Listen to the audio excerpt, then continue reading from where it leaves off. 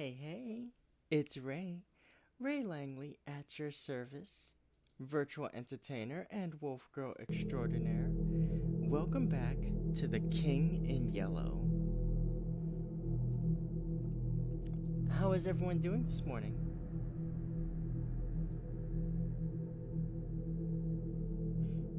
Welcome in Candace and Mailer, good to see you guys.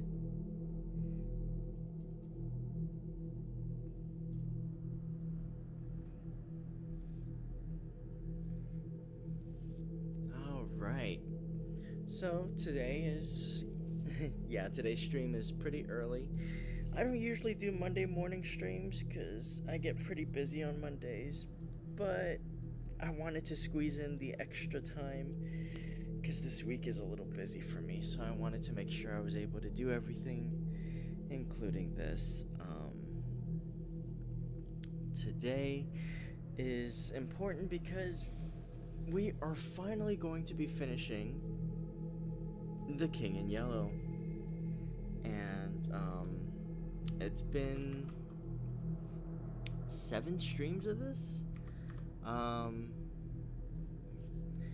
which is a little crazy actually. I can't believe we've been doing this for 7 weeks of the same story. I don't think I've done a story for more than like, actually, what is the longest story stream I've done? If anyone wants to check, I'll probably check later. But yeah, I don't think I've done one that took like almost 2 months to do. Everything's fine. I'm working right now. Oh well, thanks for having me on in the background to work with while you know, to keep you company while you work. But yeah, it's been quite the journey, and it's kind of sad to see it end, but at the same time, I'm already looking forward to the next book I get to read after this. But oh hey Army, welcome in. Good to see you. Let's see.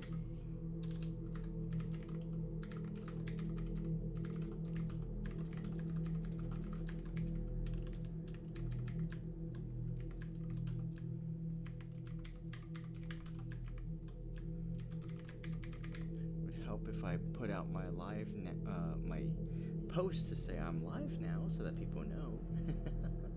But there we go.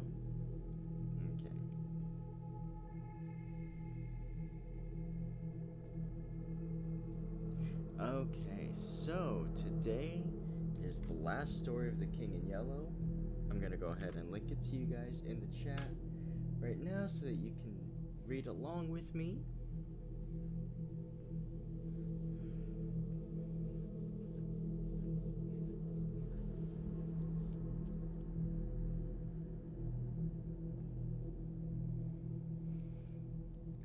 And then give you guys a moment to open it up, and then I will start.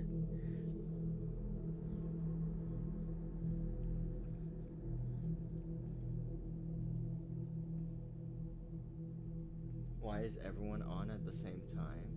Oh, there are other people on right now?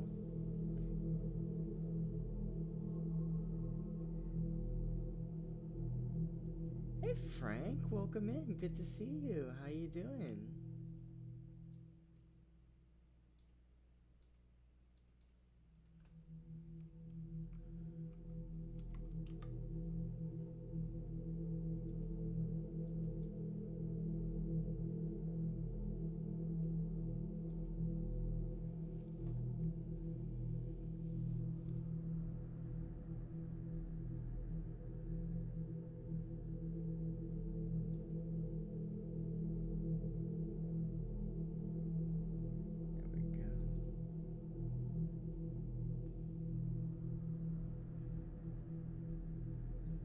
Simply watch all lives at once. Probably just gonna be lurking. That's okay.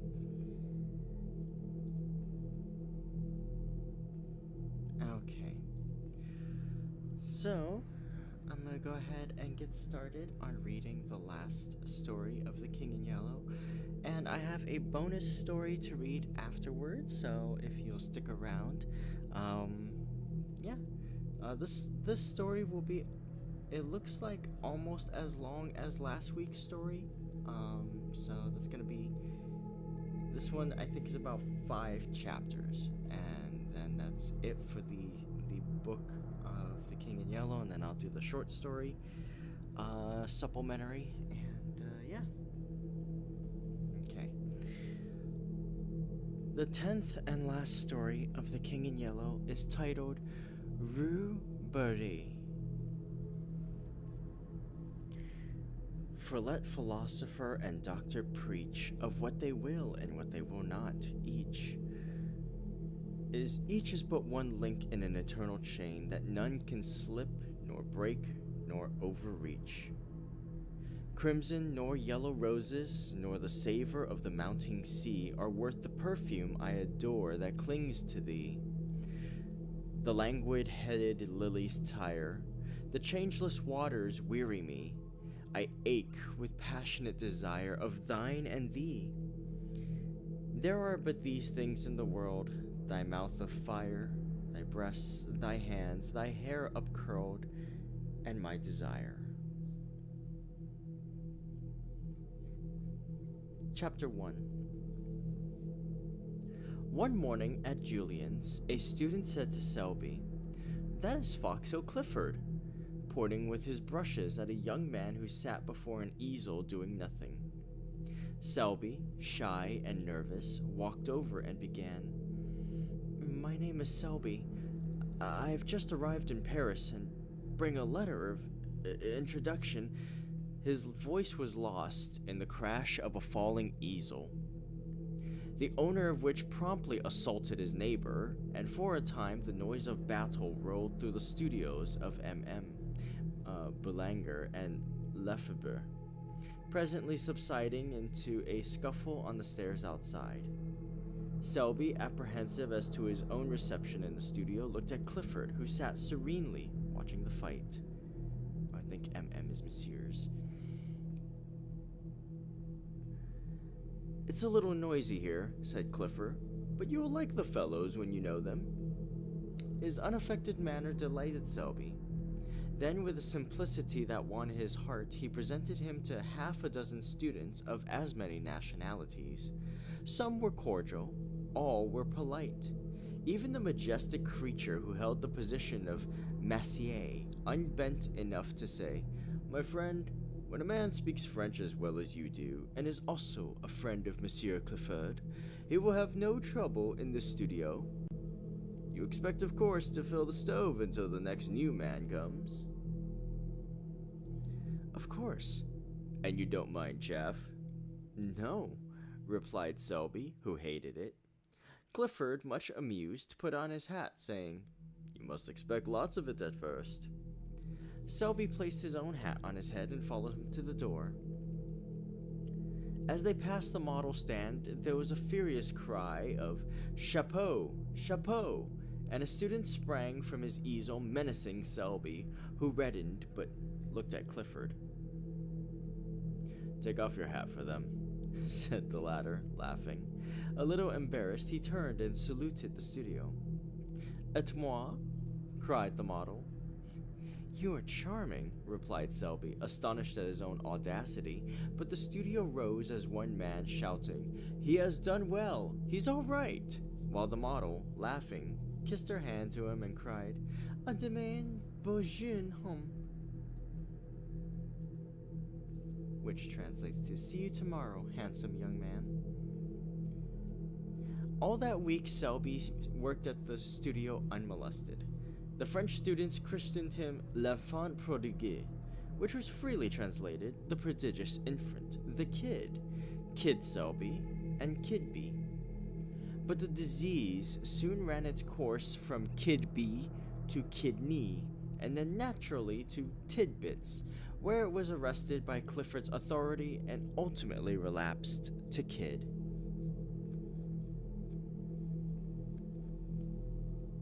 Wednesday came, and with it Monsieur Boulanger. For 3 hours, the students writhed under his biting sarcasms, among the others Clifford, who was informed that he knew even less about a work of art than he did about the art of work. Selby was more fortunate. The professor examined his drawing in silence, looked at him sharply, and passed on with a non-committal gesture. He presently departed arm in arm with Bouguereau to the relief of Clifford, who was then at liberty to jam his hat on his head and depart. The next day he did not appear, and Selby, who had counted on seeing him at the studio, a thing which he learned later it was vanity to count on, wandered back to the Latin Quarter alone. Paris was still strange and new to him. He was vaguely troubled by its splendor. No tender memory stirred his American bosom at the Place de Châtelet, nor even by Notre Dame. The Palais de Justice, with its clock and turrets and stalking sentinels in blue and vermilion, the Place Saint-Michel, with its jumble of omnibuses and ugly water-spitting griffins, the hill of the Boulevard Saint-Michel, the tooting trams, the policemen dawdling 2 by 2, and the table-lined terraces of the Café Vacache were nothing to him, as yet, nor did he even know, when he stepped from the stones of the Place Saint-Michel to the asphalt of the boulevard, that he had crossed the frontier and entered the student zone, the famous Latin Quarter.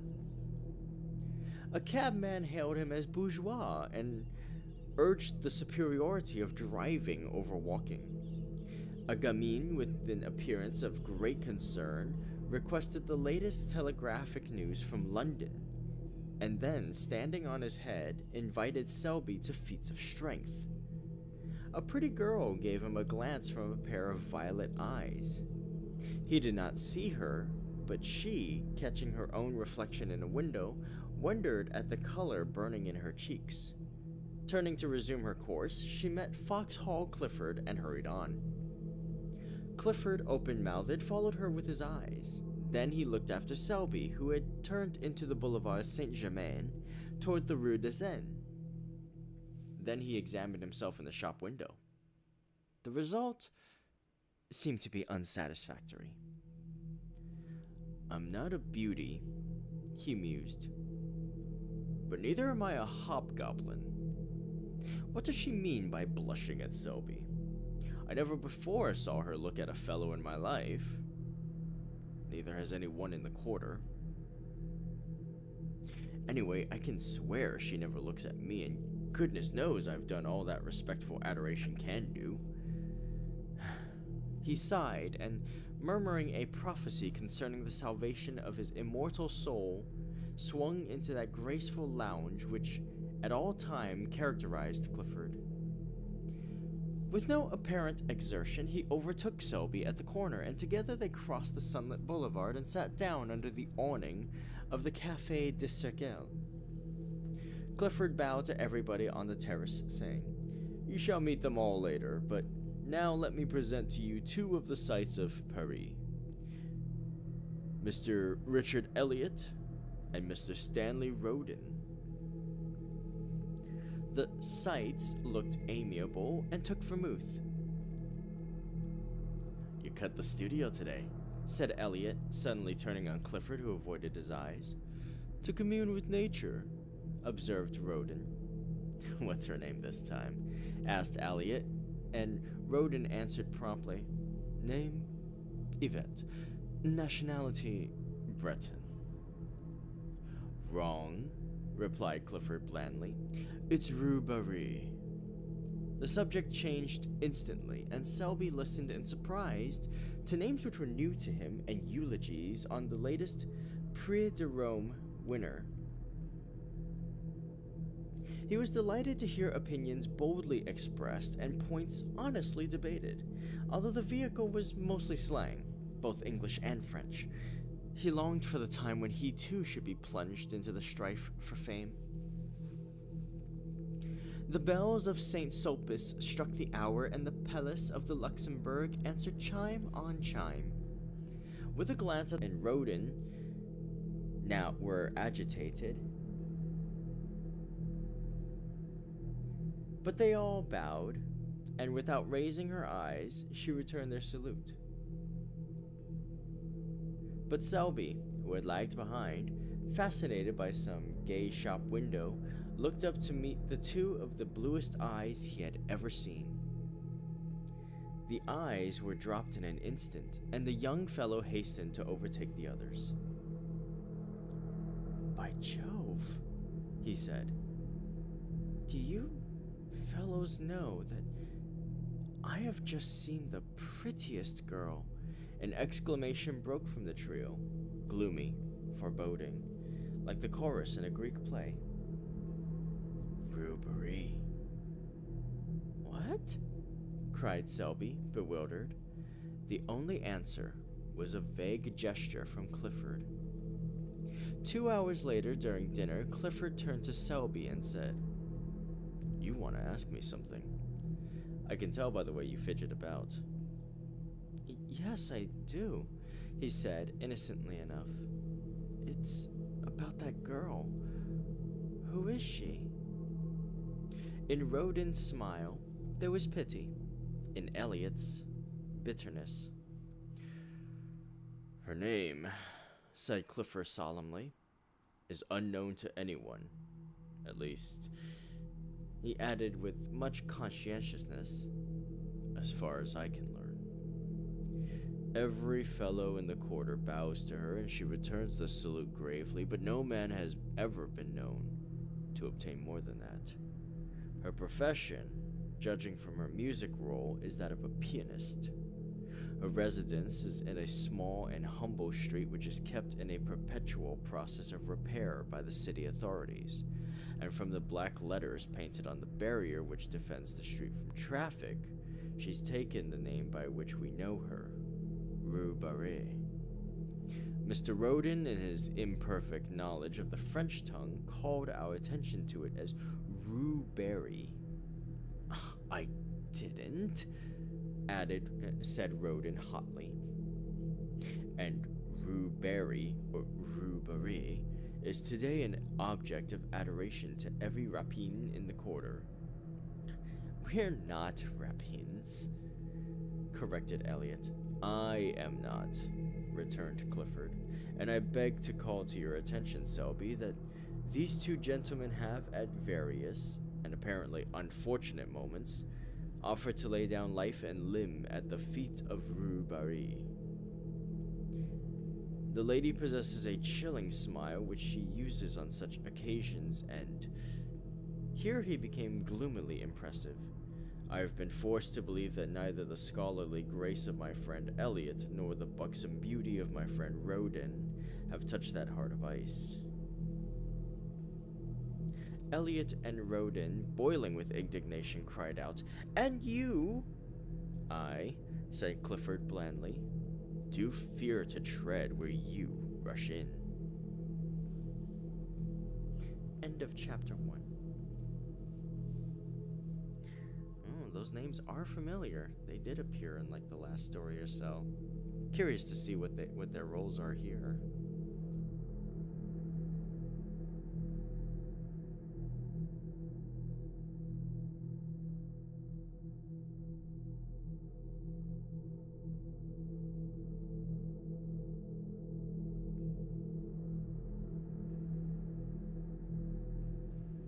Chapter 2.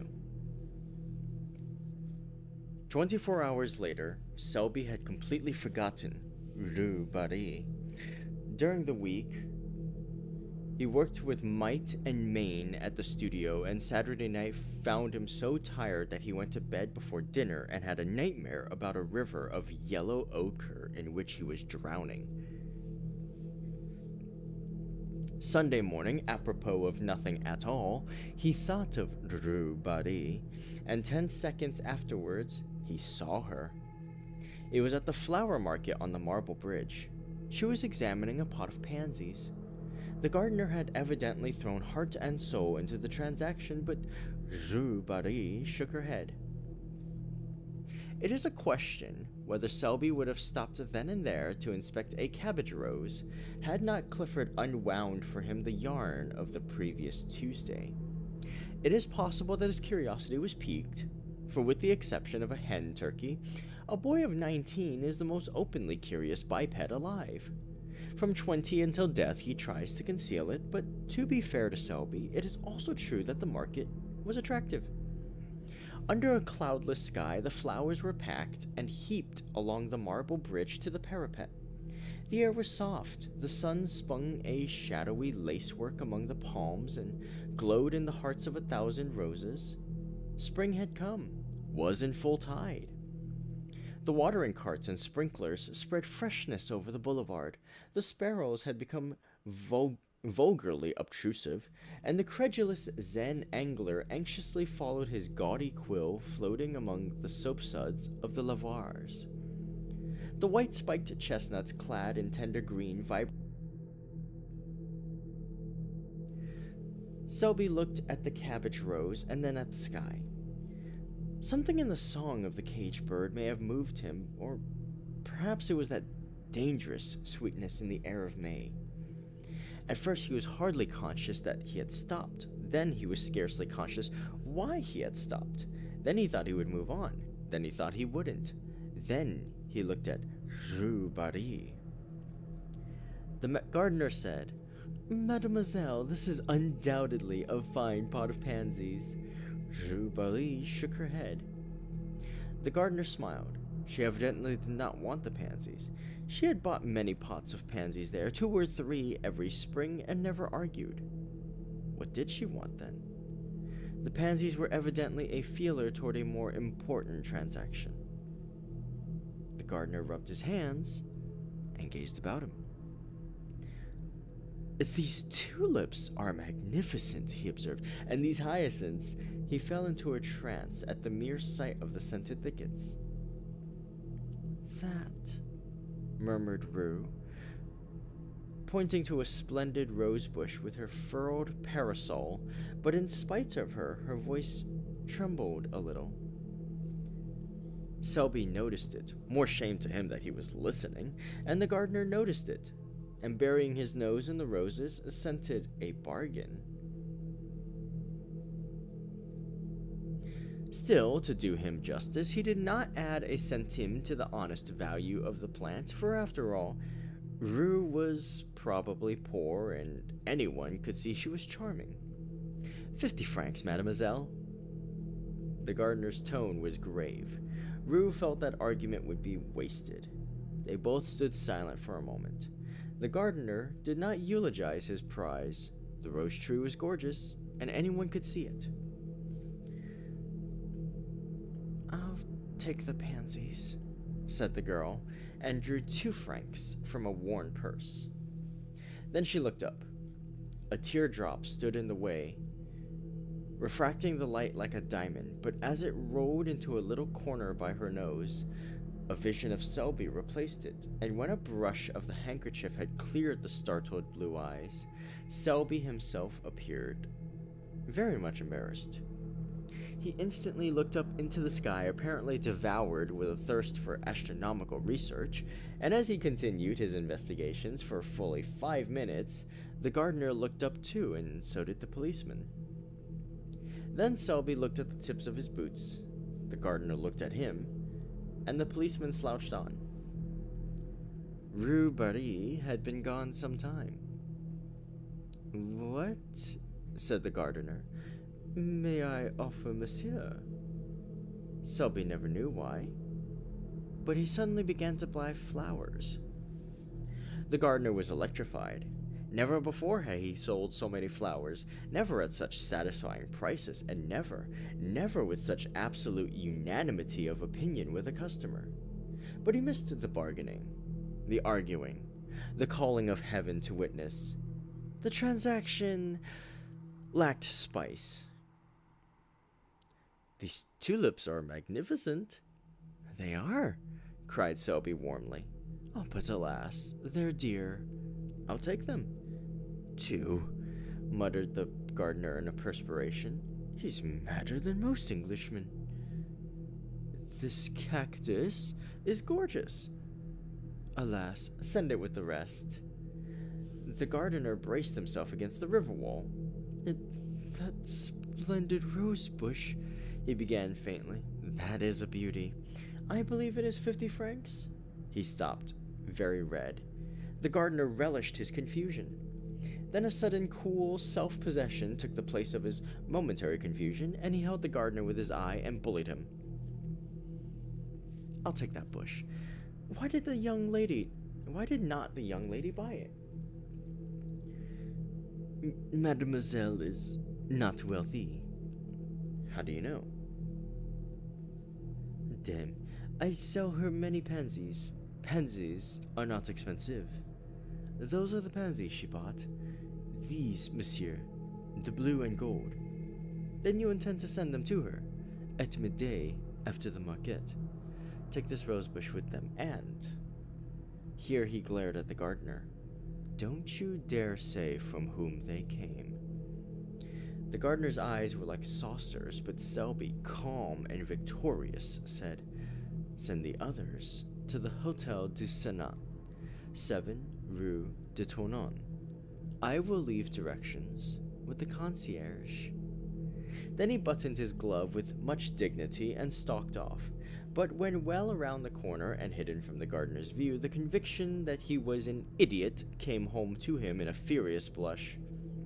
10 minutes later, he sat in his room in the Hotel du Sénat, repeating with an imbecile smile, What an ass I am! What an ass!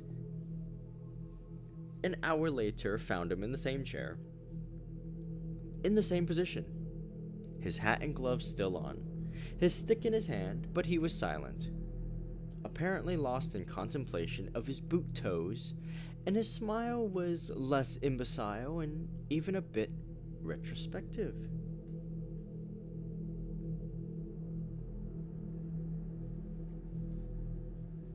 End of chapter.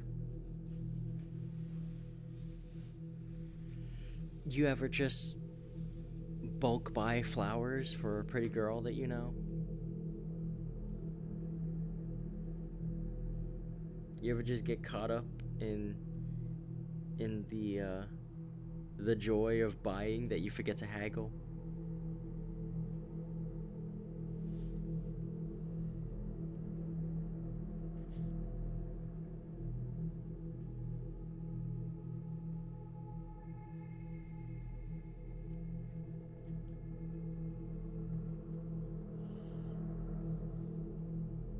Post buyer's clarity.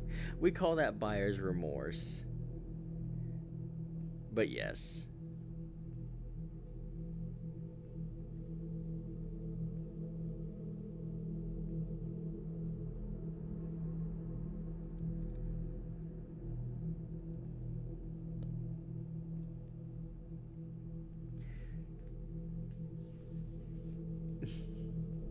Chapter 3.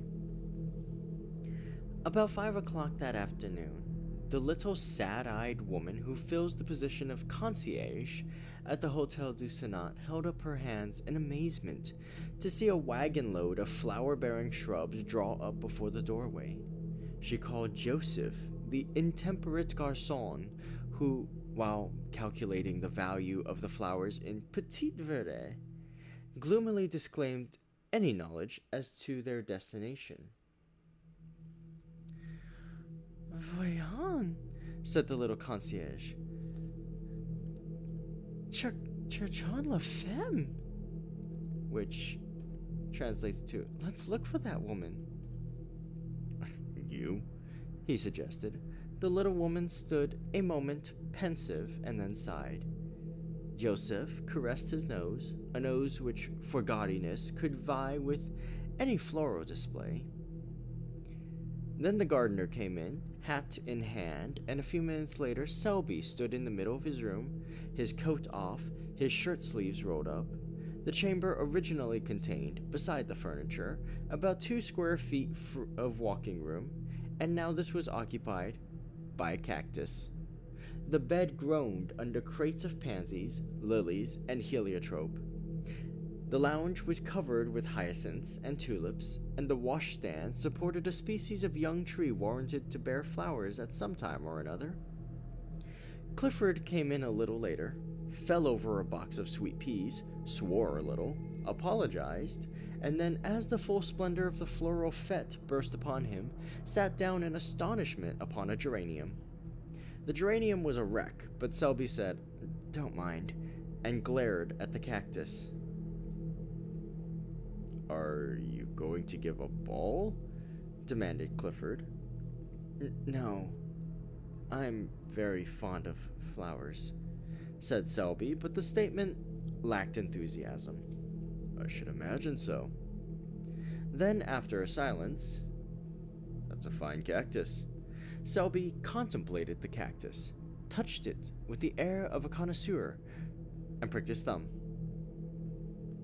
Clifford poked a pansy with his stick. Then Joseph came in with the bill, announcing the sum total in a loud voice, partly to impress Clifford, partly to intimidate Selby into disgorging a pourboire which he would share, if he chose, with the gardener.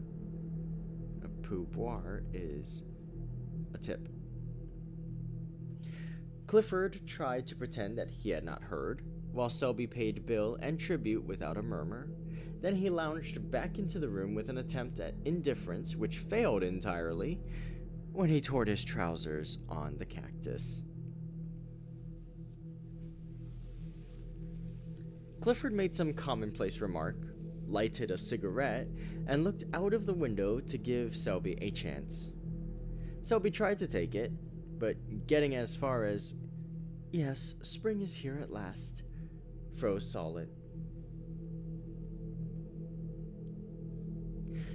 He looked at the back of Clifford's head. It expressed volumes. Those little perked up ears seemed tingling with suppressed glee. He made a desperate effort to master the situation and jumped up to reach for some Russian cigarettes as an incentive to conversation, but was foiled by the cactus, to whom again he fell a prey. The last straw was added. "Damn the cactus!" This observation was wrung from Selby against his will, against his own instinct of self-preservation, but the thorns on the cactus were long and sharp, and at their repeated prick his pent-up wrath escaped. It was too late now. It was done, and Clifford had wheeled around. "See here, Selby, why the deuce did you buy those flowers?" "I'm fond of them," said Selby. "What are you gonna do with them? You can't sleep here." "I could if you'd help me take the pansies off the bed." "Where can we put them?" "Couldn't I give them to the concierge?" As soon as he said it, he regretted it. What in heaven's name would Clifford think of him? He had heard the amount of the bill. Would he believe that he had invested in these luxuries as a timid declaration to his concierge? And would the Latin Quarter comment upon it in their own brutal fashion? He dreaded ridicule, and he knew Clifford's reputation. Then somebody knocked. Selby looked at Clifford with a hunted expression which touched the young man's heart. It was a confession and at the same time a supplication. Clifford jumped up, threaded his way through the floral labyrinth, and putting an eye to the crack of the door said, "Who the devil is it?"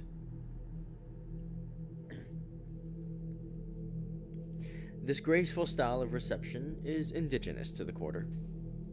"It's Elliot," he said, looking back. "And Roden, too, and their bulldogs."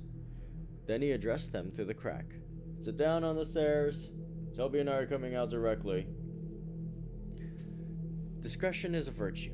The Latin Quarter possesses few, and discretion seldom figures on the list. They sat down and began to whistle. Presently, Roden called out, "Smell flowers. They feast within." "You ought to know Selby better than that," growled Clifford behind the door, while the other hurriedly exchanged his torn trousers for others. "We know Selby," said Elliot with emphasis. "Yes," said Roden. "He gives receptions with floral declarations and invites Clifford, while we sit on the stairs." "Yes, while the youth and beauty of the quarter revel," suggested Roden. Then, with sudden misgiving, "Is a debt there?" "See here," demanded Elliot, "is Colette there?" Then he raised his voice in a plaintive howl. "Are you there, Colette, while I'm kicking my heels on these tiles?" "Clifford's capable of anything," said Roden. "His nature is soured since Rue Barry sat on him." Elliot raised his voice. "I say, you fellows, we saw some flowers carried into Rue Barry's house at noon." "Posies and roses," specified Roden. "Probably for her," added Elliot, caressing his bulldog. Clifford turned with sudden suspicion upon Selby. The latter hummed a tune, selected a pair of gloves, and choosing a dozen cigarettes, placed them in a case.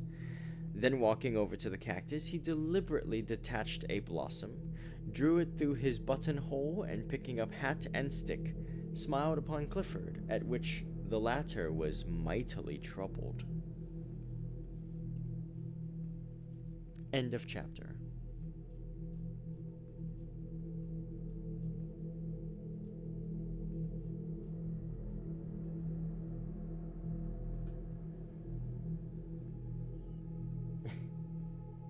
Steak too juicy, lobster too buttery. I think sat on him in this case means more like, kind of rejected him or something like that. It basically means that when he sort of called out to her, she sat down rather than stood up or something like that. That's my interpretation, at least. Like, his mood is soured when his own rizzing attempt failed.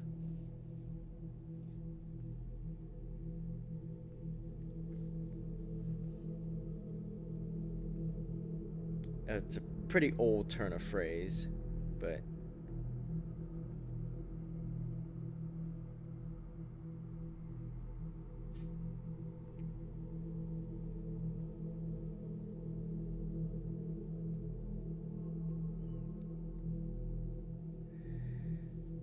okay.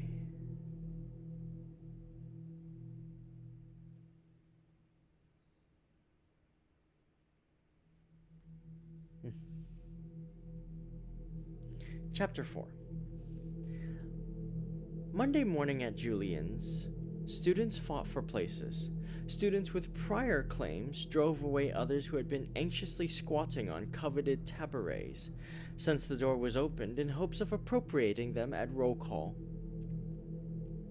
Students squabbled over palettes, brushes, portfolios, or rent the air with demands for Ciceree and bread.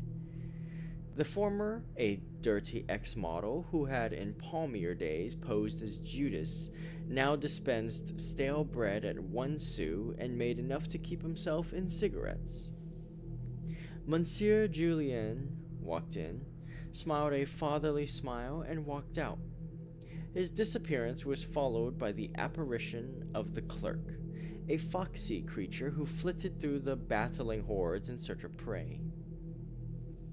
3 men who had not paid dues were caught and summoned. A 4th was scented, followed, outflanked, his retreat towards the door cut off, and finally captured behind the stove. About that time, the revolution assuming an acute form, howls rose for Jules. Jules came, umpired 2 fights with a sad resignation in his big brown eyes, shook hands with everybody, and melted away in the throng, leaving an atmosphere of peace and goodwill. The lions sat down with the lambs, the massiers marked the best places for themselves and friends, and mounting the model stands, opened the roll calls. The word was passed. They began with C this week. They did. Clisson jumped like a flash and marked his name on the floor in chalk before a front seat. Caron galloped away to secure his place. Bang went an easel. Nom de Dieu in French. Where in H1 are you going? In English. Oh, not H1. Where in hell are you going? Crash. A paint box fell with brushes and all on board. Dude, spat, a blow, a short rush, a clinch and scuffle, and the voice of the massier stern and reproachful. Cochon? Then the roll call was resumed. Clifford! The massier paused and looked up, one finger between the leaves of the ledger. Clifford? Clifford was not there. He was about 3 miles away in a direct line, and every instant increased the distance. Not that he was walking fast. On the contrary, he was strolling with that leisurely gait peculiar to himself. Elliot was beside him, and 2 bulldogs covered the rear. Elliot was reading the Gil Blas, from which he seemed to extract amusement, but deeming boisterous mirth unsuitable to Clifford's state of mind, subdued his amusement to a series of discreet smiles. The latter, moodily aware of this, said nothing, but leading the way into the Luxembourg Gardens, installed himself upon a bench by the northern terrace, and surveyed the landscape with disfavor. Elliot, according to the Luxembourg regulations, tied the 2 dogs, and then, with an interrogative glance toward his friend, resumed the Gil Blas and the discreet smiles. The day was perfect. The sun hung over Notre Dame, setting the city in a glitter. The tender foliage of the chestnuts cast a shadow over the terrace and flecked the paths and walks with tracery so blue that Clifford might have found encouragement for his violent impressions had he but looked. But as usual in this period of his career, his thoughts were anywhere except in his profession. Around about, the sparrows quarreled and chattered their courtship songs. The big rosy pigeons sailed from tree to tree. The flies whirled in the sunbeams, and the flowers exhaled 1,000 perfumes which stirred Clifford with languorous wistfulness. Under this influence he spoke.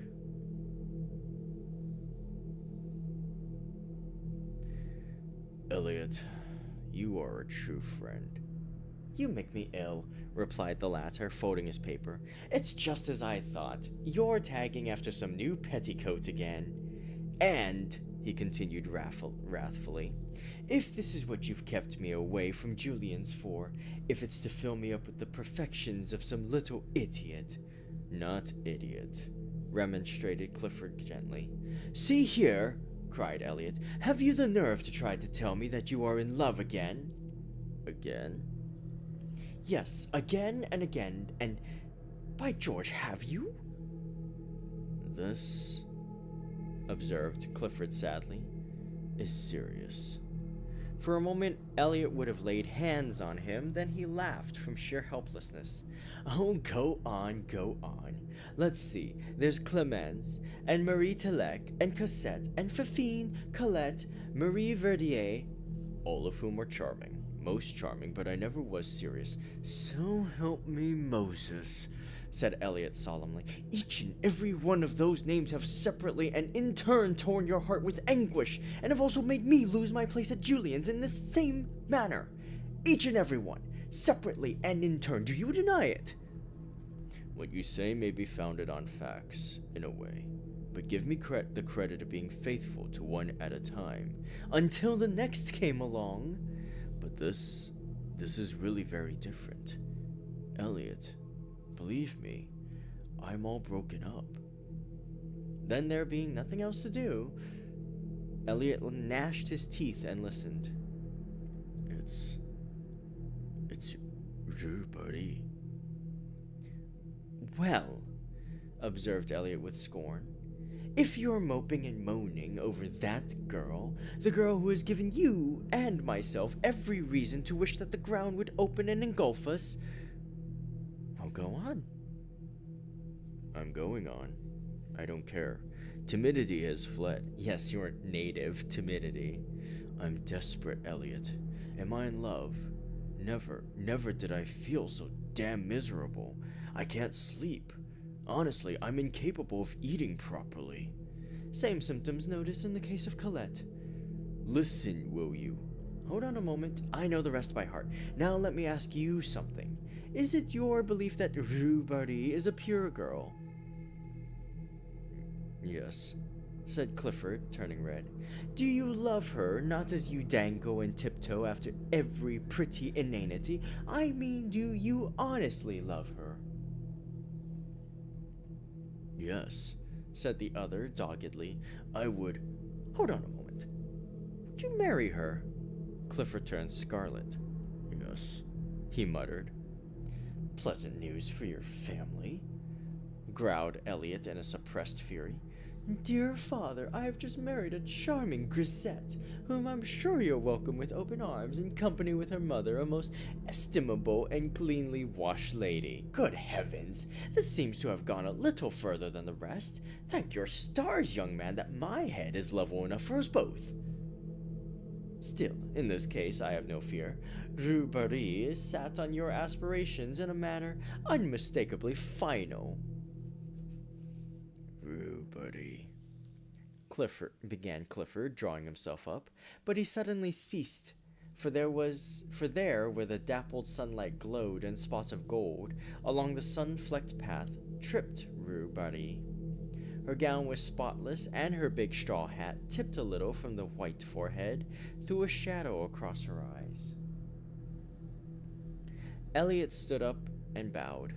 Clifford removed his head covering with an air so plaintive, so appealing, so utterly humble, that Rue Barry smiled. The smile was delicious, and when Clifford, incapable of sustaining himself on his legs from sheer astonishment, toppled slightly, she smiled again in spite of herself. A few moments later she took a chair on the terrace and, drawing a book from her music roll, turned the pages, found the place, and then began placing it open downwards in her lap. Sighed a little, smiled a little, and looked out over the city. She had entirely forgotten Foxhall Clifford. After a while she took up her book again, but instead of reading began to adjust a rose in her corsage. The rose was big and red. It glowed like fire there over her heart, and like fire it warmed her heart, now fluttering under the silken petals. Rue Barry sighed again. She was very happy. The sky was so blue, the air so soft and perfumed, the sunshine so caressing, and her heart sang within her, sang to the rose in her breast. This is what it sang. Out of the throng of passer-by, out of the world of yesterday, out of the millions passing, one has turned aside to me. So her heart sang under his rose on her breast. Then two big mouse-colored pigeons came whistling by and alighted on the terrace, where they bowed and strutted and bobbed and turned until Rue Barry laughed in delight, and looking up beheld Clifford before her. His hat was in his hand, and his face was wreathed in a series of appealing smiles which would have touched the heart of a Bengal tiger. For an instant Rue Barry frowned, then she looked curiously at Clifford. Then, when she saw the resemblance between his bows and the bobbing pigeons, in spite of herself, her lips parted in the most bewitching laugh. Was this Rue Barry? So changed that she did not know herself, but oh, that song in her heart which drowned all else, which trembled on her lips, struggling for utterance, which rippled forth in a laugh at nothing, at a strutting pigeon and Mr. Clifford. And do you think, because I return the salute of the students in the quarter, that you may be received in particular as a friend? I do not know you, monsieur, but Vanity is man's other name. Be content, Monsieur Vanity. I shall be punctilious. Oh, most punctilious in returning your salute. But I beg, I implore you to let me render you that homage, which is so long. Oh dear, I don't care for homage. Let me only be permitted to speak to you now and then, occasionally, very occasionally. And if you, why not another? Not at all. I will be discretion itself. Discretion? Why? Her eyes were very clear, and Clifford winced for a moment, but only for a moment. Then the devil of recklessness seizing him, he sat down and offered himself, soul and body, goods and chattels.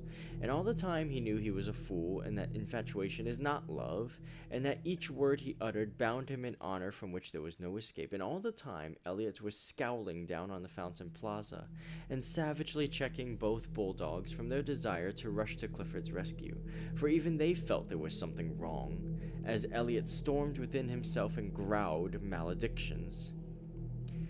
When Clifford finished, he finished in a glow of excitement, but Rue Barry's response was long in coming, and his ardor cooled while the situation slowly assumed its just proportions.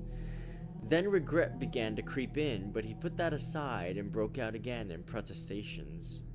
At the first word, Rue Barry checked him. "I thank you," she said, speaking very gravely. "No man has ever before offered me marriage." She turned and looked out over the city. After a while, she spoke again. "You offer me a great deal. I am alone. I have nothing. I am nothing." She turned again and looked at Paris, brilliant, fair, in the sunshine of a perfect day. He followed her eyes. "Oh," she murmured, "it is hard. Hard to work always. Always alone with never a friend you can have in honor. And the love that is offered means the streets, the boulevards, when passion is dead. I know it. We know it.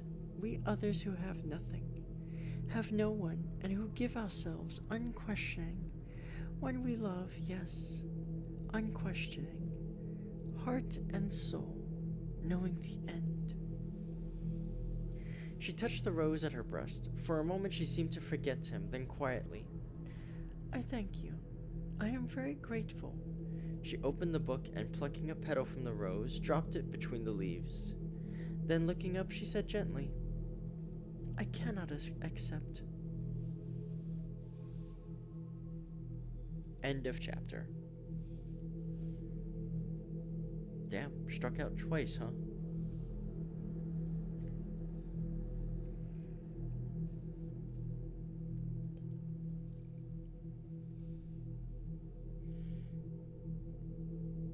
Alright, let me get some water real quick and then I will do this last chapter.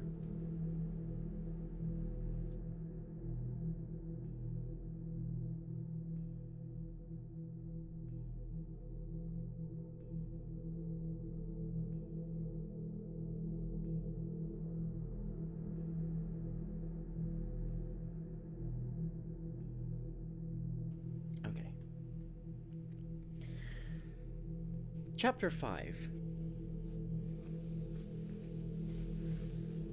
It took Clifford a month to entirely recover, although at the end of the first week, he was pronounced convalescent by Elliot, who was an authority, and his convalescence was aided by the cordiality with which Rue Barry acknowledged his solemn salutes. 40 times a day he blessed Rue Barry for her refusal and thanked his lucky stars, and at the same time, O wondrous heart of ours, he suffered the tortures of the blighted.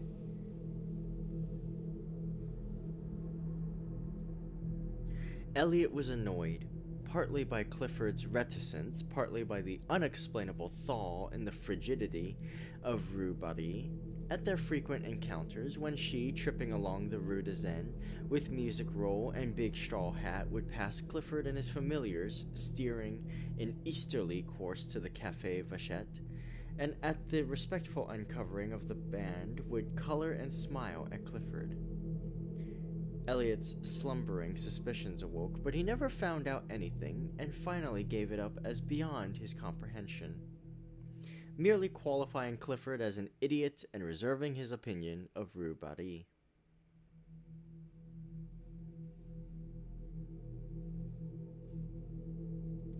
And all this time, Selby was jealous. At first, he refused to acknowledge it to himself, and cut the studio for a day in the country, But the woods and fields, of course, aggravated his case, and the brooks babbled of rhubarbe, and the movers calling to each other across the meadow, the mowers calling to each other across the meadow, ended in a quavering rhubarbe. That day spent in the country made him angry for a week, and he worked sulkily at Julian's, all the time tormented by a desire to know where Clifford was and what he might be doing.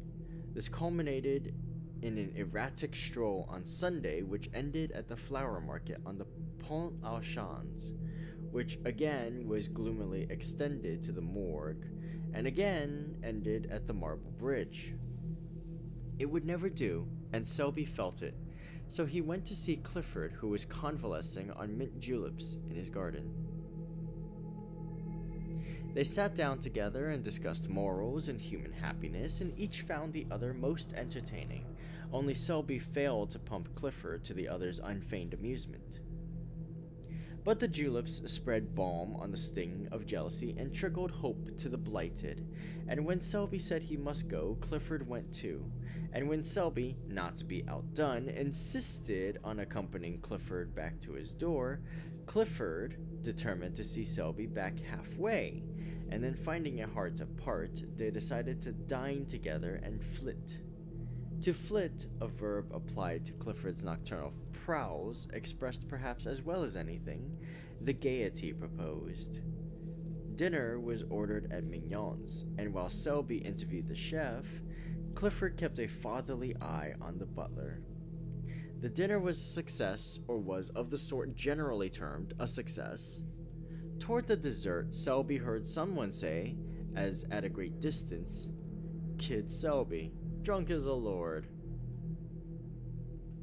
A group of men passed near them. It seemed to him that he shook hands and laughed a great deal, and that everybody was very witty. There was Clifford opposite, swearing undying confidence in his chum Selby, and there seemed to be others there, either seated beside them or continually passing with the swish of skirts on the polished floor. The perfume of roses, the rustle of fans, the touch of rounded arms, and the laughter grew vaguer and vaguer. The room seemed enveloped in mist. Then all in a moment, each object stood out painfully distinct. Only forms and visages were distorted and voices piercing. He drew himself up, calm, grave, for the moment master of himself, but very drunk. He knew he was drunk.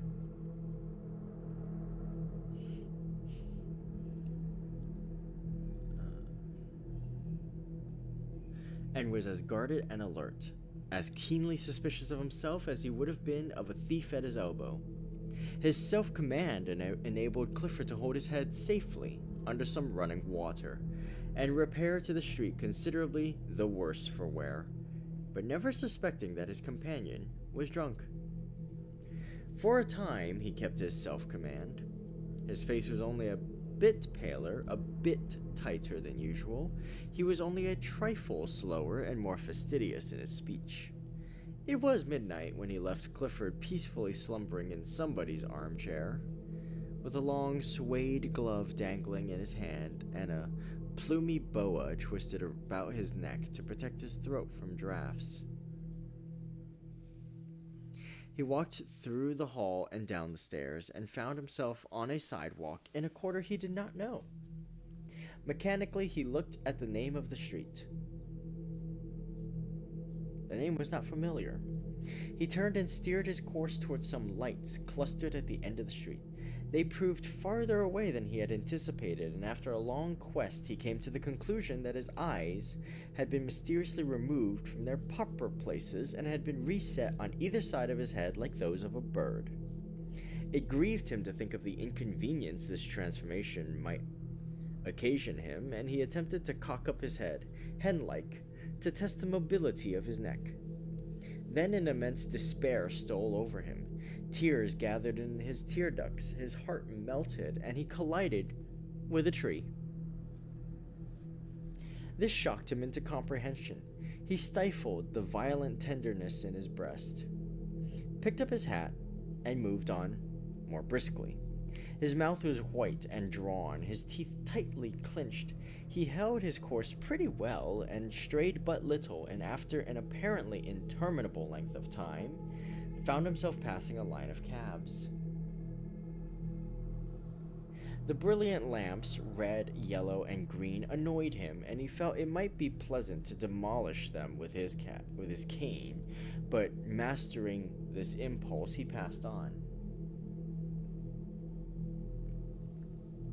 Later, an idea struck him that it would save fatigue to take a cab, and he started back with that intention, but the cabs seemed already so far away, and the lanterns were so bright and confusing that he gave it up, and pulling himself together, looked around.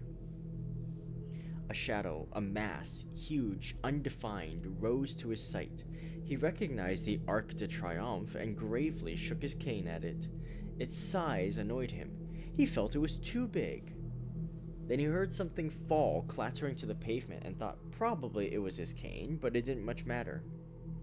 When he had mastered himself and regained control of his right leg, which betrayed symptoms of insubordination, he found himself traversing the Place de la Concorde at a pace which threatened to land him at the Madeleine. This would never do. He turned sharply to the right and, crossing the bridge, passed the Palais Bourbon at a trot and wheeled into the Boulevard Saint-Germain.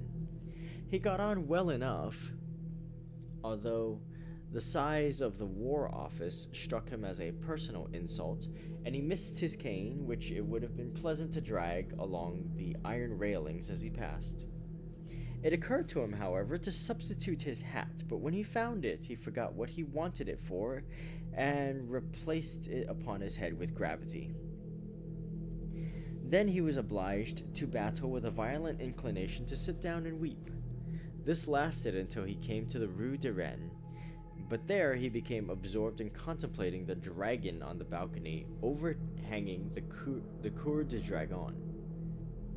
And time slipped away until he remembered vaguely that he had no business there, and marched off again. It was slow work. The inclination to sit down and weep had given place to a desire for solitary and deep reflection. Here his right leg forgot its obedience, and attacking the left, outflanked it, and brought him against a wooden board which seemed to bar his path. He tried to walk around it, but found the street closed. He tried to push it over, and found he couldn't. Then he noticed a red lantern standing on a pile of paving stones inside the barrier. This was pleasant. How was he to get home if the boulevard was blocked? But he was not on the boulevard. His treacherous right leg had beguiled him into a detour. For there, behind him, lay the boulevard with its endless line of lamps, and here, what was this narrow, dilapidated street piled up with earth and mortar and heaps of stone? He looked up. Written in staring black letters on the barrier was Rue Barry. He sat down. Two policemen whom he knew came by and advised him to get up, but he argued the question from a standpoint of personal taste, and they passed on, laughing. For he was at that moment absorbed in a problem. It was how to see Rue Barry. She was somewhere or other in that big house with the iron balconies, and the door was locked, but what of that? The simple idea struck him to shout until she came. This idea was replaced by another equally lucid, to hammer on the door until she came. But finally, rejecting both of these as too uncertain, he decided to climb into the balcony, and opening a window, politely inquire for Rue Barry.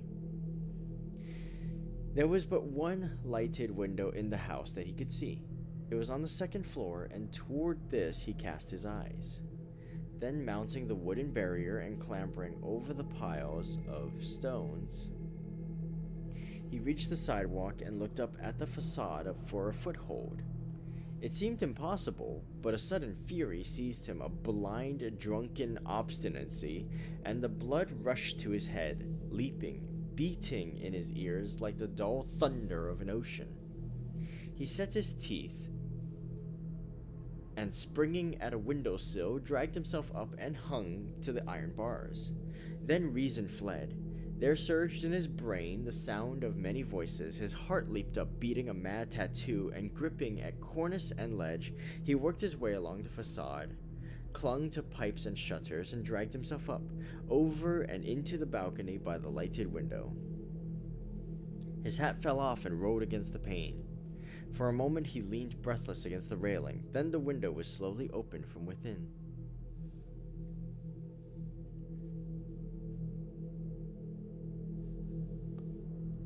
They stared at each other for some time. Presently, the girl took 2 unsteady steps back into the room. He saw her face, all crimsoned now. He saw her sink into a chair by the lamplit table, and without a word he followed her into the room, closing the big door-like panes behind him. Then they looked at each other in silence. The room was small and white. Everything was white about it. The curtained bed, the little washstand in the corner, the bare walls, the china lamp, and his own face, had he known it. But the face and neck of Rue were surging in the color that dyed the blossoming rose tree, there on the hearth beside her. It did not occur to him to speak. She seemed not to expect it. His mind was struggling with the impression of the room, the whiteness, the extreme purity of everything occupied him. Began to trouble him. As his eye became accustomed to the light, other objects grew from the surroundings and took their place in the circle of lamplight. There was a piano and a coal scuttle and a little iron trunk and a bathtub. Then there was a row of wooden pegs against the door with a white chintz curtain covering the clothes underneath. On the bed lay an umbrella and a big straw hat, and on the table a music roll unfurled, an inkstand, and sheets of ruled paper. Behind him stood a wardrobe, faced with a mirror, but somehow he did not care to see his own face just then. He was sobering. The girl sat looking at him without a word. Her face was expressionless, yet the lips at times trembled almost imperceptibly. Her eyes, so wonderfully blue in the daylight, seemed dark and soft as velvet, and the color on her neck deepened and whitened with every breath. She seemed smaller and more slender than when he had seen her in the street, and there was now something in the curve of her cheek, almost infantine. When at last he turned and caught his own reflection in the mirror behind him, a shock passed through him as though he had seen a shameful thing, and his clouded mind and his clouded thoughts grew clearer. For a moment their eyes met, then his sought the floor. His lips tightened, and the struggle within him bowed his head and strained every nerve to the breaking. And now it was over, for the voice within had tightened, and the struggle within him bowed his head and strained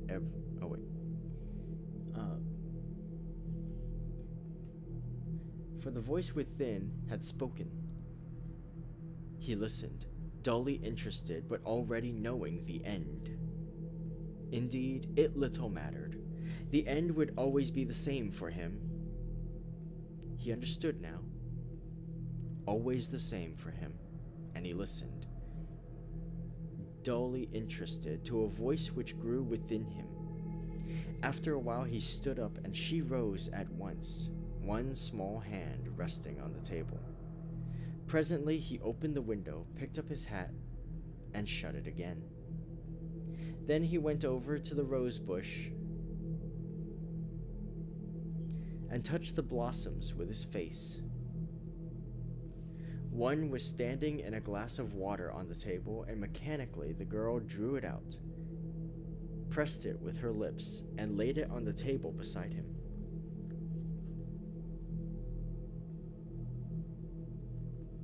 He took it without a word, and crossing the room, opened the door. The landing was dark and silent, but the girl lifted the lamp, and gliding past him, slipped down the polished stairs to the hallway. Then, unchaining the bolts, she drew open the iron wicket. Through this, he passed with his rose.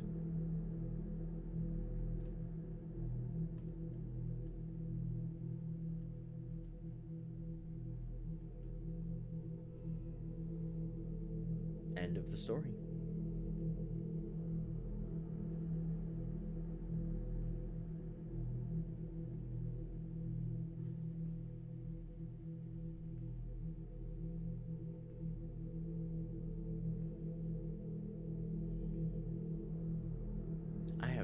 idea what happened. I'm trying to piece it together from that last bit. So, like, he basically climbs up to her window, goes in, and they just kind of sit in each other's atmosphere for a bit.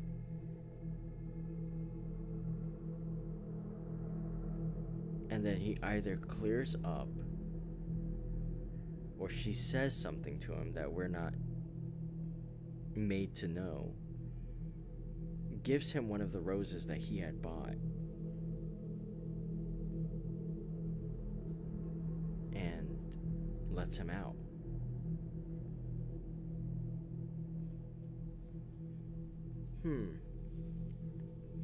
Kind of need a little bit of time to chew over that one. You know, this story almost seemed like it was winding up to make Rhubardy herself a sort of eldritch entity, but ultimately didn't commit to that, or at least made her an exceedingly low level one.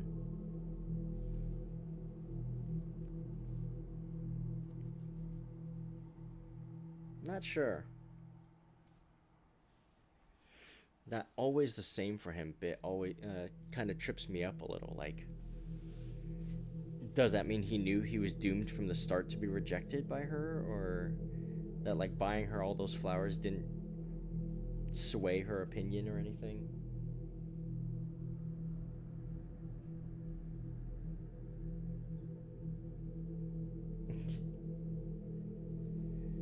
She ate too few umbilical cords, Jesus.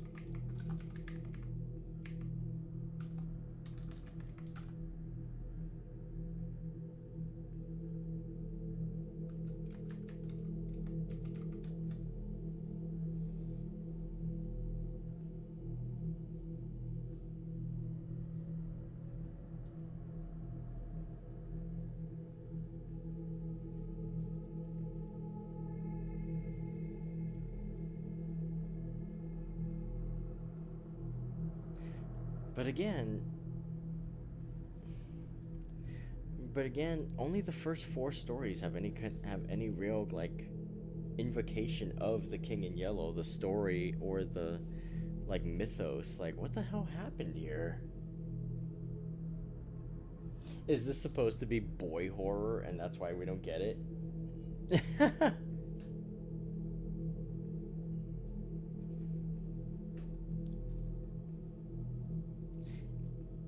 You know what? We might be overthinking this. This might actually be... This might actually be just like... het boy horror, het white boy nonsense. The true horror is a girl not reciprocating my advances.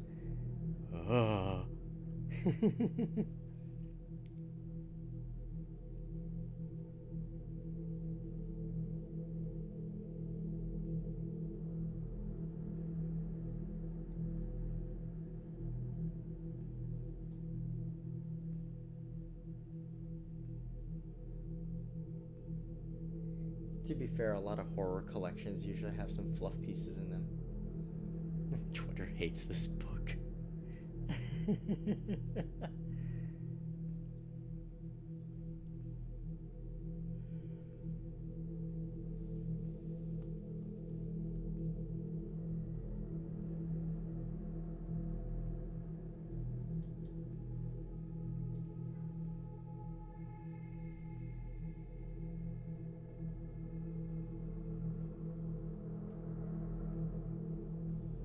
You're telling me she can reject me even after I bought a shit ton of flowers for her? Yeah, like, what the hell?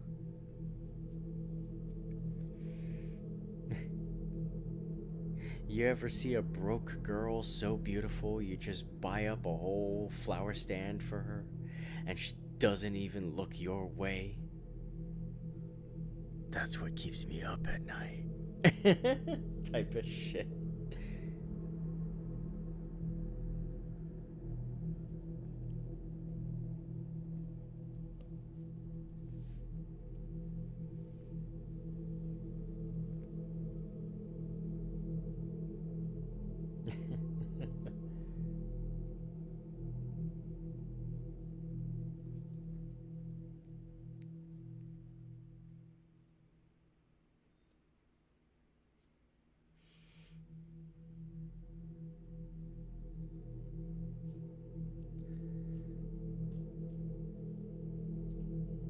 Kind of crazy that the actual King in Yellow himself never properly shows up in this book.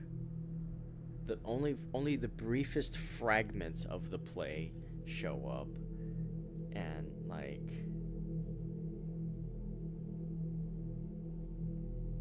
what the hell?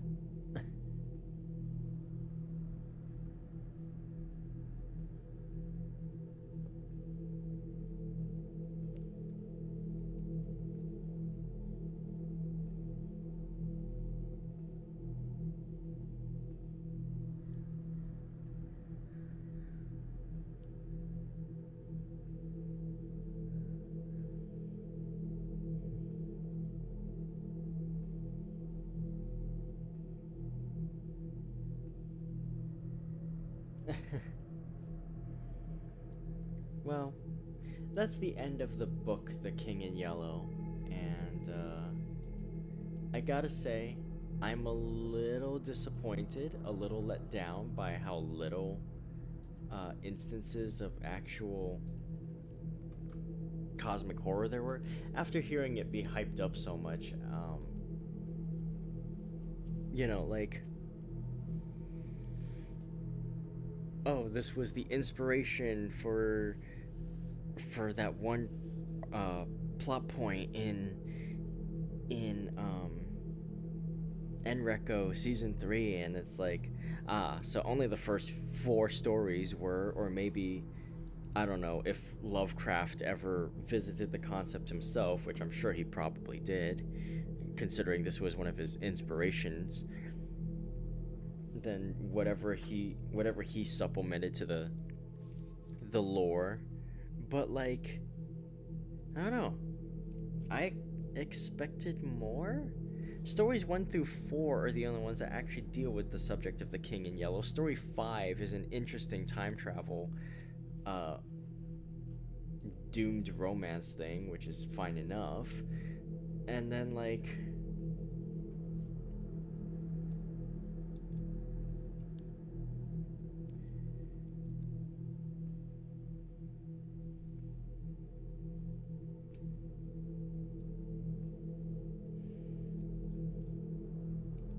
the 6th story was a bunch of loose poetry, which I don't know. Then there's a story about the guy who adopts a cat. Then there's a war story.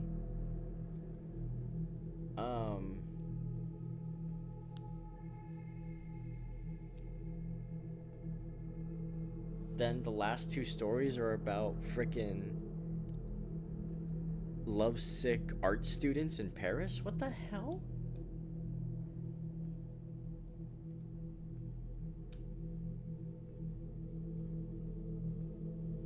Wait, that was in Enreco? Barely noticed. Yeah, apparently the cult plot that Shiori and the rest of Advent were running was supposedly inspired by The King in Yellow, mostly for like the tome that they made people read that drove them mad or something about like revealing the truth of the world they were in or something, and then sacrificing them underneath the church to something.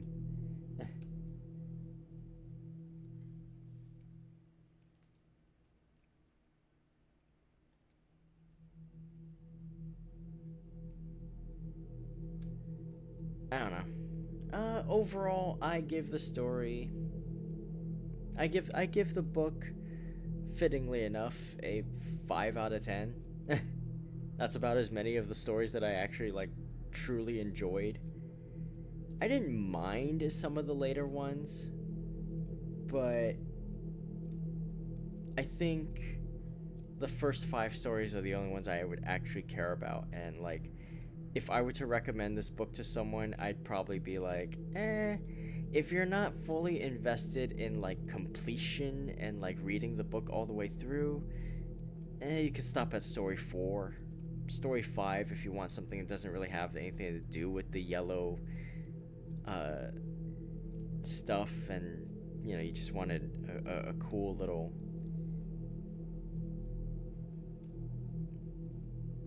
a cool story where like something weird happens, but it's not related to anything in the Carcosa stuff. More like bum in yellow. Jeez. Okay. I do have one more thing to read today, and that is this short story that I am linking over to chat right now. It is by Ambrose Bierce, and it is titled An Inhabitant of Carcosa, which is inspired by the King in Yellow, as far as I understand.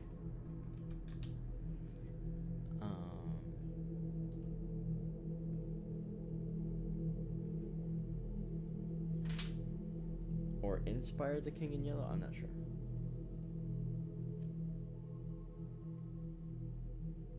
It's called King in Yellow because the king had jaundice. No, the other way around. Oh, it inspired. This inspired the King in Yellow? Oh, okay.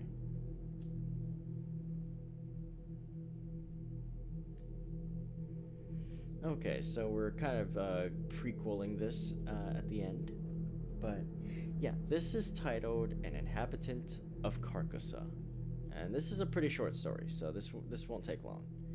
But this was also recommended as a sort of supplementary read to see where this book sort of came from, so. Okay. An Inhabitant of Carcosa by Ambrose Bierce. For there be divers sorts of death, some wherein the body remaineth, and in some it vanisheth quite away with the spirit. This commonly occurreth only in solitude, such as God's will, and none seeing the end. We say the man is lost, or gone on a long journey, which indeed he hath, but sometimes it hath happened in sight of many, and abundant testimony showeth. In one kind of death the spirit also dieth, and this it hath been known to do while yet the body was in vigor for many years. Sometimes, as it veritably attested, it dieth with the body, but after a season is raised up again in that place where the body did decay. Pondering these words of Hali, whom God rest, and questioning their full meaning as one who, having an imitation, yet doubts if there be not something behind, other than that which he has discerned, I noted not whither I had strayed until a certain sudden chill wind striking my face revived in me a sense of my surroundings. I observed with astonishment that everything seemed unfamiliar. On every side of me stretched a bleak and desolate expanse of plain, covered with a tall overgrowth of sere grass, which rustled and whistled in the autumn wind with heaven knows what mysterious and disquieting suggestion. Protruded at long intervals above it stood strangely shaped and somber-colored rocks, which seemed to have an understanding with one another, and to exchange looks of uncomfortable significance. as if they had reared their heads to watch the issue of some foreseen event. A few blasted trees here and there appeared as leaders in this malevolent conspiracy of silent expectation.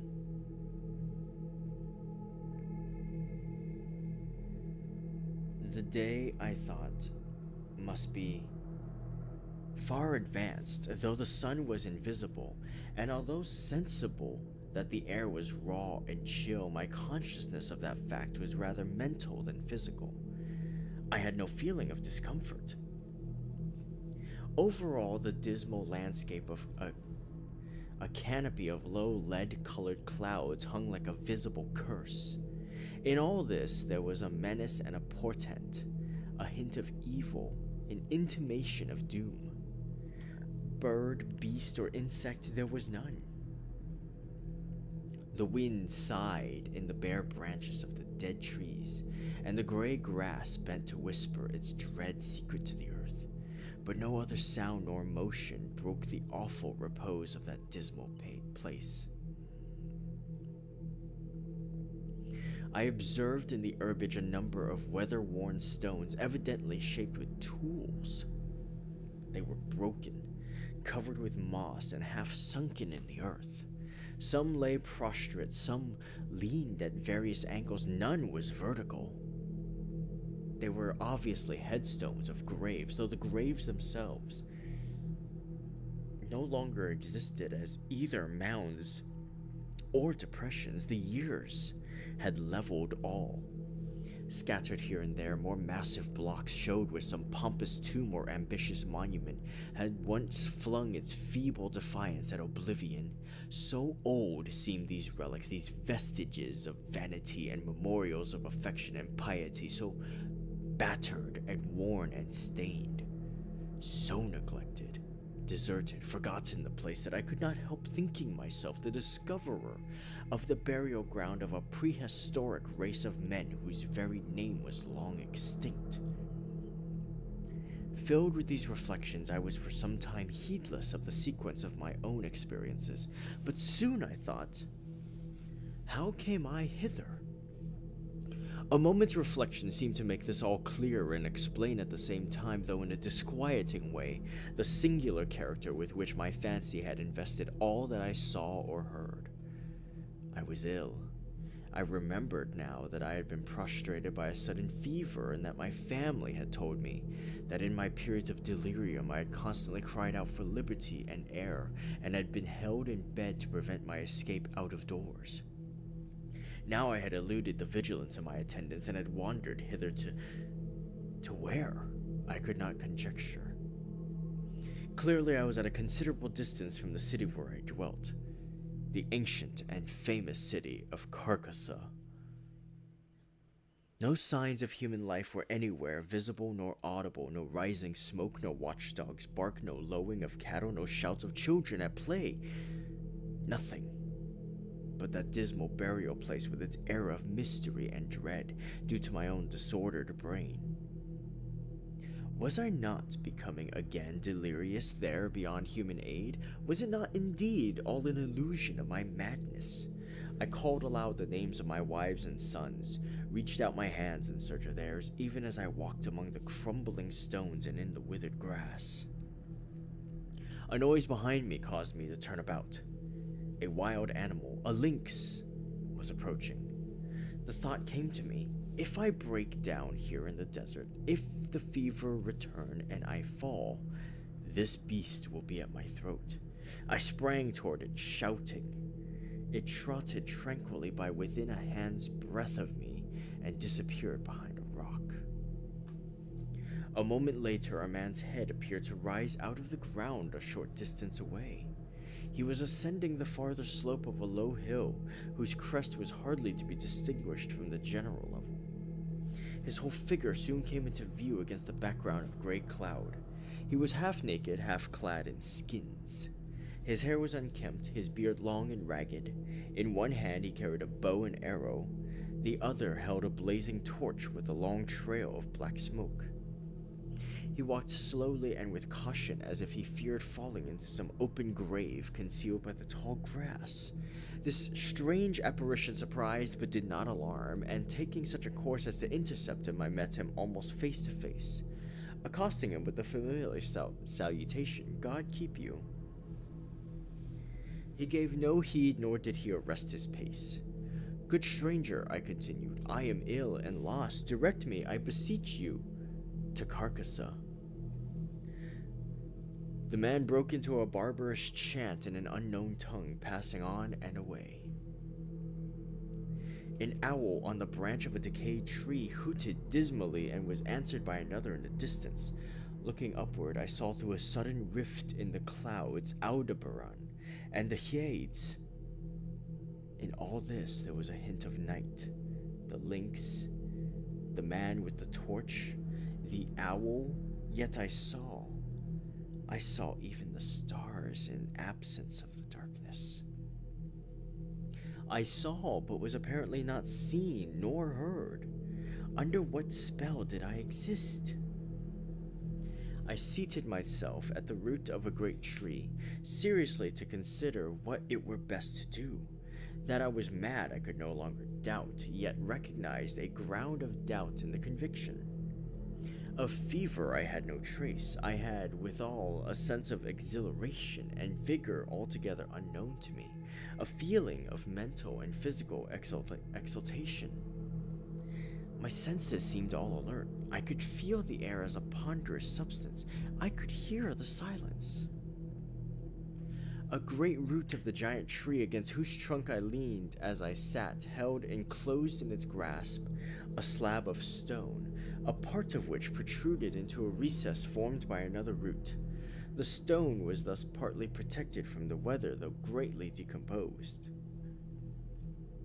Its edges were worn round, its corners eaten away, its surface deeply furrowed and scaled. Glittering particles of mica were visible in the earth about it, vestiges of its decomposition. This stone had apparently marked the grave out of which the tree had sprung ages ago. The tree's exacting roots had robbed the grave and made the stone a prisoner.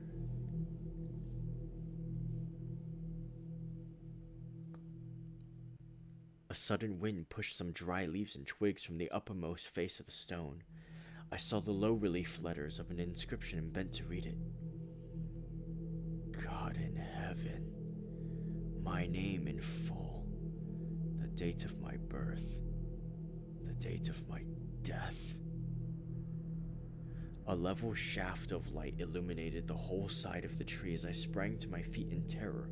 The sun was rising in the rosy east. I stood between the tree and his broad red disk. No shadow darkened the trunk. A chorus of howling wolves saluted the dawn.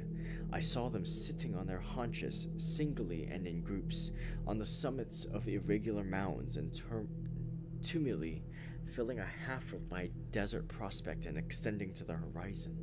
And then I knew that these were the ruins of the ancient and famous city of Carcosa.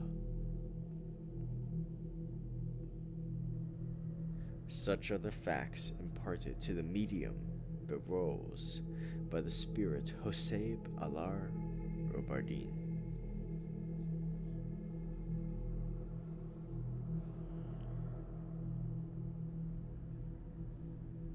End of story.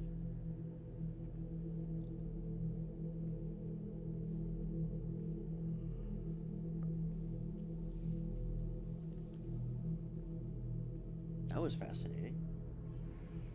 A man wakes up in the ruins of his own.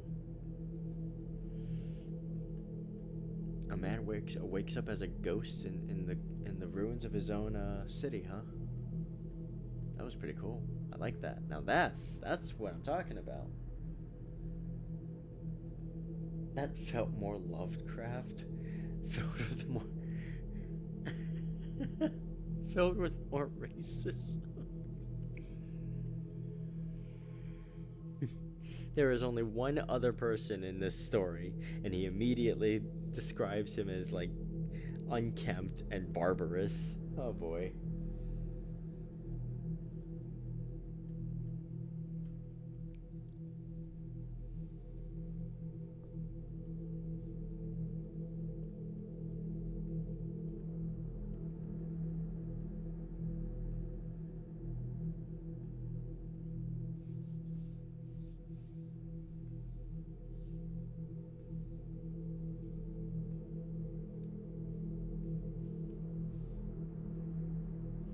This was way before Lovecraft.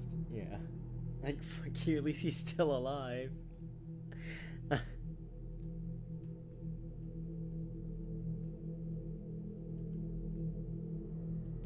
That was good though. I can see a little bit of how Chambers took the inspiration from this to then write the rest of those first 4 stories before falling short.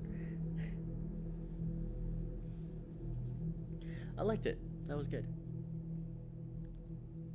Okay, well, everyone, that is the end of The King in Yellow, and that's everything. We've done it. We've watched. We've listened. I have read all of The King in Yellow, so that by that extension means. Let me double check something real quick. That means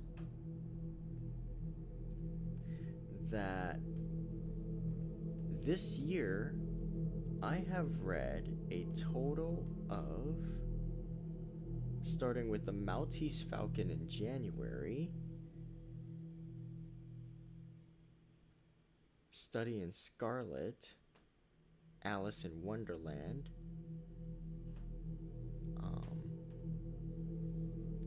Through the Looking Glass, The King in Yellow. We have read 5 unique stories on here.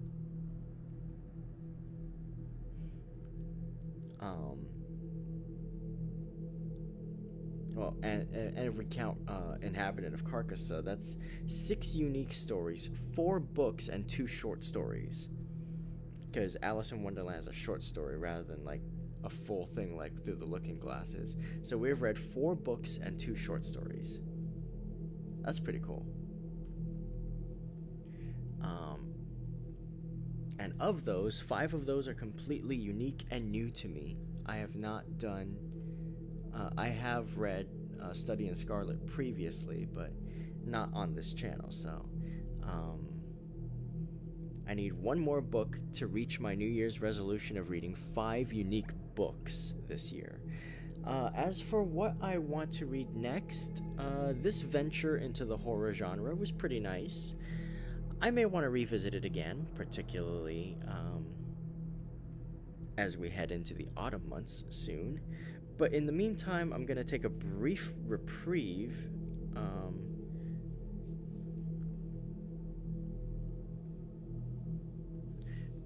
from the horror genre. I will get back to it September-ish. Definitely mid to late September at the latest. But next, I think I want to return to the genre that I do best, and that might be to do another Sherlock Holmes story. Superhero book next. If you could find a decent superhero like novel or story or whatever that's in the public domain, sure. But I might do. I'm thinking of doing another Sherlock Holmes story because I miss the mystery genre a little bit. So far of the Sherlock Holmes stories, I have read The Hound of the Baskervilles and Study in Scarlet. I want to read more of the full-length stories and work my way up to the final problem.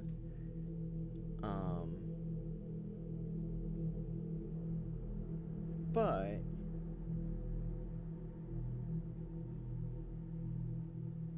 we'll see, because Sherlock Holmes has a Study in Scarlet, The Sign of Four, Hound of the Baskervilles, and The Valley of Fear as 4 like full-length books, and then you have a bunch of shorter stories that all lead to the final problem. You have The Adventures of Sherlock Holmes, which is a collection of a bunch of shorter stories, The Memoirs of Sherlock Holmes, and then you get to there's a whole lot that I want to do, and knowing how slow I read, in relative to, how I would normally read when I'm not streaming. Um, yeah, I don't know.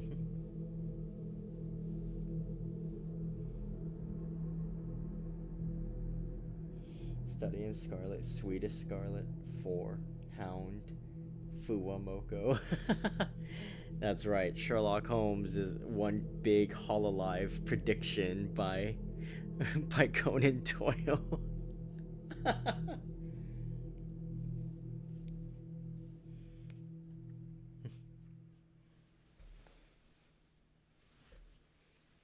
The 4 is because he counts only the unique individual channels of Advent.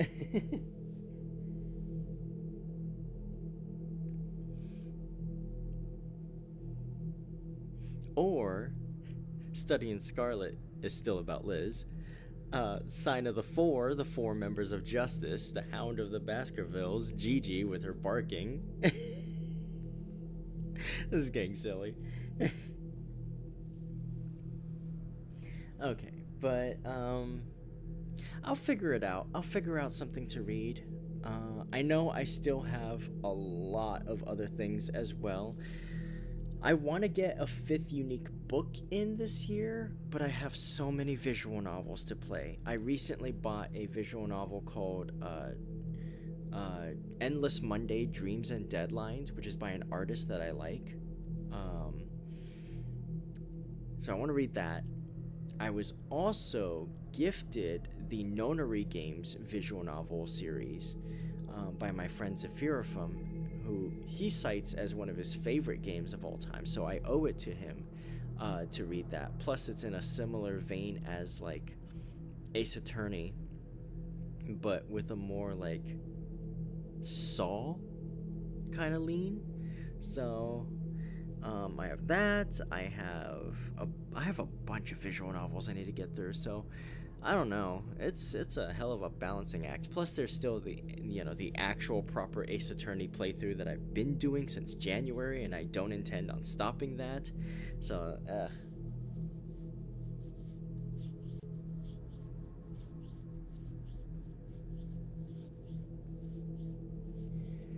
but the Nonary games are so good and fun. They're pretty peculiar. Yeah, I'm curious to see what it's about because I missed the boat on that when it first came out. Because I think at the time I was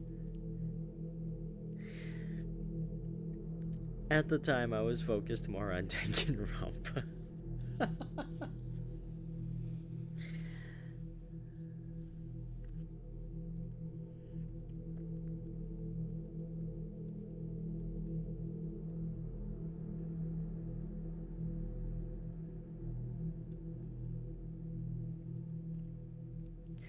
um, First two were on DS and 3DS. Oh. Yeah, the collection I have gives me two games, but it or like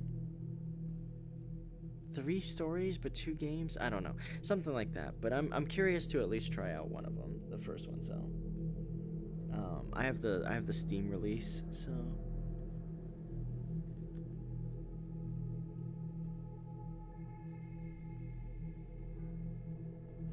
um, but like I said, I'll brainstorm. I'll figure out another story.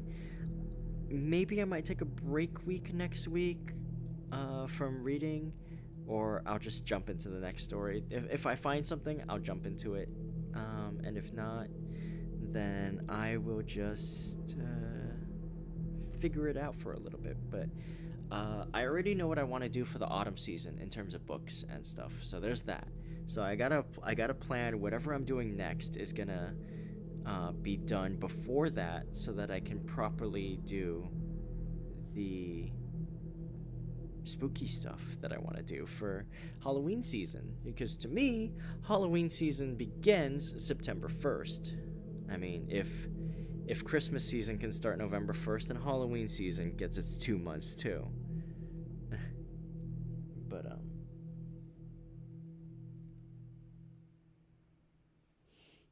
personally okay with anything you decide. Oh, thank you. Thanks for stream. Have a nice rest of your day. Thank you, Army. Um, but anyway, I'm thinking aloud at this point and just yapping. But I will be I will be back tomorrow. The next 2 days I will be streaming in the evening, my time zone, 5 p.m. Pacific Pacific time. I will be doing more Avatar Legends, the fighting game. We were doing the story mode a few days ago, and I'm gonna go ahead and continue that while I learn the game more. I've been seeing some really high-level gameplay online on Twitter and stuff, and I'm like, how are y'all doing that? I'm gonna have to seriously lab this game like crazy and do a lot of on-stream or off-stream training before I can play online, because I think I'm gonna get eaten alive out there. Y'all are playing a little too serious. Y'all playing like this is Evo, and like this is freaking Skullgirls like Mark II, and it might be, but damn, y'all scare me. Like, I always like to think I was good at fighting games, and I feel like I'm better than everyone I know, but not good enough to compete. And seeing the clips that I've been seeing just confirms that. So I want to like brush up and get a little bit better at this game before I can play online with y'all, because you scare me. But I will be back tomorrow with Avatar Legends, and then on Wednesday I will be starting the last case of Phoenix Wright Ace Attorney Trials and Tribulations, the third game of the Phoenix Wright series and the last of the original Game Boy Advance / Nintendo DS trilogy. We'll be starting Bridge to the Turnabout, which is a case I am extremely excited for. So I hope that you guys are able to stop by and listen to my my dubbing of that. So I just need to get good with Azula. But yeah, so that's the plan for the rest of the week. More Avatar, more Ace Attorney. I'm very excited for Ace Attorney. I've been waiting for this ever since I started this back in January. Ace Attorney is one of my favorite series of all time, one of my favorite visual novel style games I've ever played, so I'm looking forward to sharing this case with you.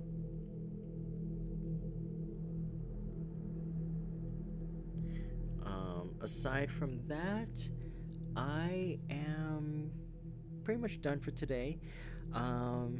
Hopefully next week, to start off the August streams, I will have my new intro song, or jingle more like, ready for you guys. So yeah, that about does it for the announcements from me. I know I haven't done any pre-recorded stuff in a while, and that's because my schedule has been chock full of stuff that's been keeping me from scripting or recording anything.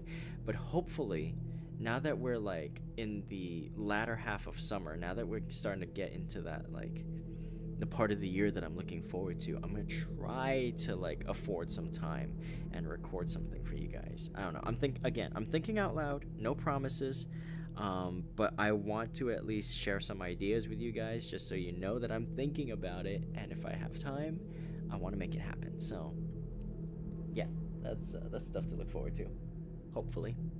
Anyway, thank you all so much for stopping by, my wonderful Rainiacs and Langsters.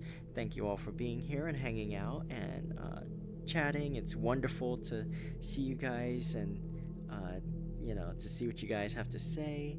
And again, if you had me on in the background as a sort of audiobook and just a little bit of a yap to help you through your day, thank you so much. I love being part of your routines and stuff. So I will see you next time. But until then, make sure you eat well, stay hydrated, and get lots of good rest. Be kind to yourselves and be excellent to each other. And of course, as always, remember, unshrimp yourselves. This has been Ray Langley, virtual entertainer and wolf girl extraordinaire, and I will see you next time. Take care, everyone. Have a radiant rest of your day. Bye-bye.